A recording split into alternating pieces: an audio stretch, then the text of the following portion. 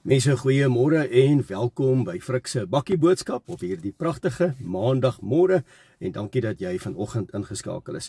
So vanoggend wil ek toelaat dat die woord die praatwerk doen. Hierdie gedeelte wat ek nou met jou gaan lees en ek wil eintlik net 'n kort gebed saam met jou bid na die tyd. Is mense wat seer gekry het. Mense, ek kry voortdurend boodskappe van mense wat vir my sê, Frik, hoe hanteer ek dit? Weet jy, as dit nog my vyand was, kon ek dit in 'n mate verstaan het. Maar is mense wat naby my was.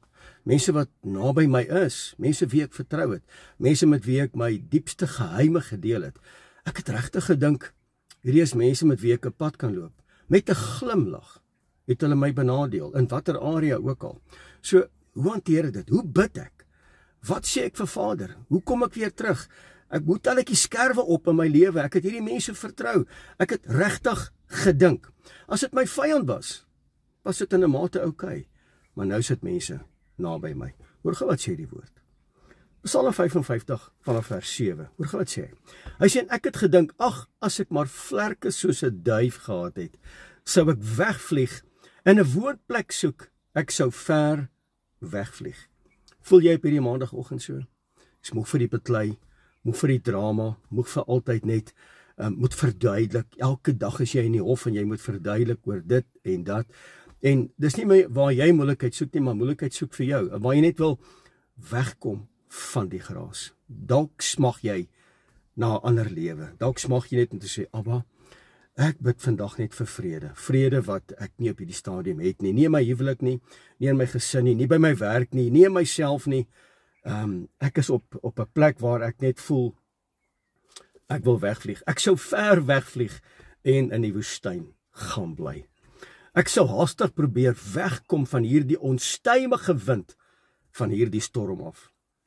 Ek weet ek praat vanoggend met iemand wat in hierdie week dalk deur 'n storm gaan.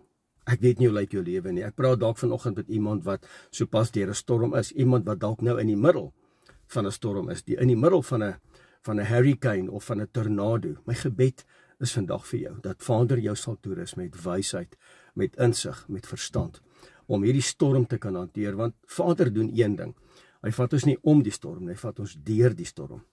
Maar mense voel vandag so.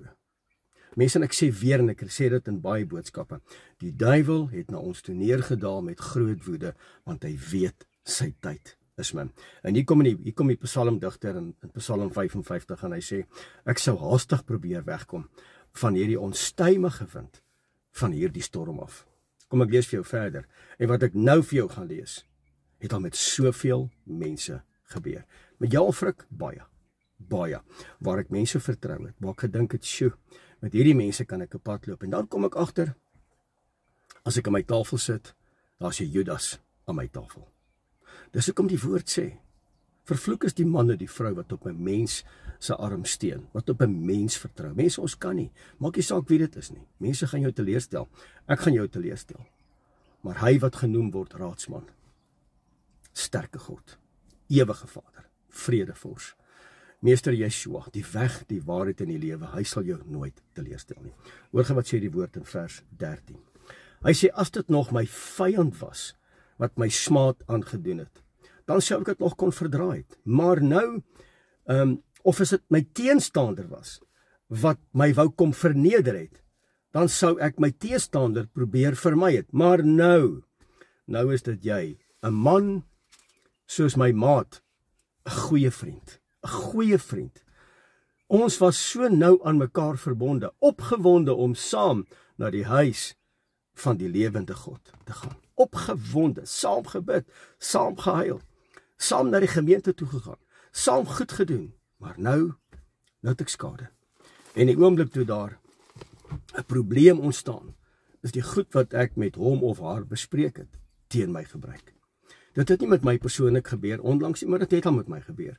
Maar dit gebeur elke dag met mense. So mense, my gebed, hier is my gebed vanoggend, om te sê, Abba, weerhou my van ligsinnige mense, weerhou my van mense wat my sien as 'n geleentheid, of wat jou sien as 'n geleentheid, bid daai gebed. En as jy vanoggend so vlerke gekry het, en jy wou wegvlieg, om net weg te kom, om 'n plek te gaan hê in die woestyn, waar jy net stilte en vrede kan beleef en ervaar, dan wil ek vanoggend saam met jou bid. En ek wil jou vandag bemoedig met die woord. En hier kom die woord, en dit is wat met Dawid gebeur het. Dit het met Dawid gebeur, dit het al baie met my gebeur, dit het met jou gebeur. Ek het vir jou slegte nuus. Dit gaan weer met ons gebeur, want ons vertrou so maklik. Hy sê, as dit my vyand was, kon ek dit nog verstaan het. As dit my teestander was, dan toe kom in 'n mate of haar in 'n mate probeer vir my. Maar nou dat dit jy is, 'n man soos ek, 'n vrou soos ek, iemand wat ek in vriendskap ingeneem het, iemand wat saam met my in verbond staan, iemand wat saam met my na die huis gaan van Jotai, waarvan die Almagtige. Nou was dit jy wat my benadeel het. Dalk het jy iemand benadeel. Nie noodwendig altyd mense wat jou benadeel het nie, maar dalk het jy iemand benadeel. So mense, as dit vanoggend jy is en jy wil wegvlieg en jy soek 'n nuwe tuiste en jy soek vrede en harmonie en rustigheid, dan wil ek vanoggend saam met jou bid. As jy seer gemaak is deur iemand wat naby jou was, dan wil ek vanoggend sommer net saam met jou bid. En ek eer Vader vandag op hierdie maandag, en ek glo vanoggend is 'n divine appointment met jou. Om net vir jou perspektief te bring, net om vir jou te sê, jy's nie alleen nie. Ons staan saam met jou, ons weet waartoe jy gaan. En ons ken die hartseer, ons ken die hoekoms en die waaroms. So vanoggend wil ek sommer net saam met jou bid. Bid saam met my asseblief.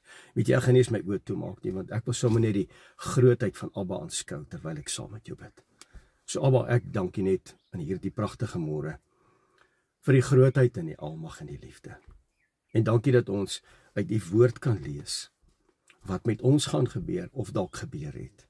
En dit het ons seer laat kry, en nou is ons versigtig, en nou het ons onsself toegemaak in 'n kokon, en ons wil nie weer seer kry nie. En Abba, ek bid vandag dat daai mure gebreek word, en dat U met ons sal wees, dat U ons sal lei in die spore van geregtigheid. En ons kyk nie meer na mense nie. Ons vertrou U, en ons vertrou U alleen. En ons gaan mense hanteer. Vader, met U liefde, met U genade, met U karakter gaan ons mense hanteer. Maar Vader, help ons om te onderskei. Die gees in mense wat wil kom benadeel, die gees in mense wat ons wil sien as 'n geleentheid. En ek bid in hierdie môre, Vader, vir hulle wat seer gekry het, hulle wat vandag net wil wegvlieg, hulle wat vandag 'n ander heenkome soek, net rustigheid en vrede wil ervaar. Vader, dat U gees hulle sal vul, en dat hulle net sal besef dat U is met hulle.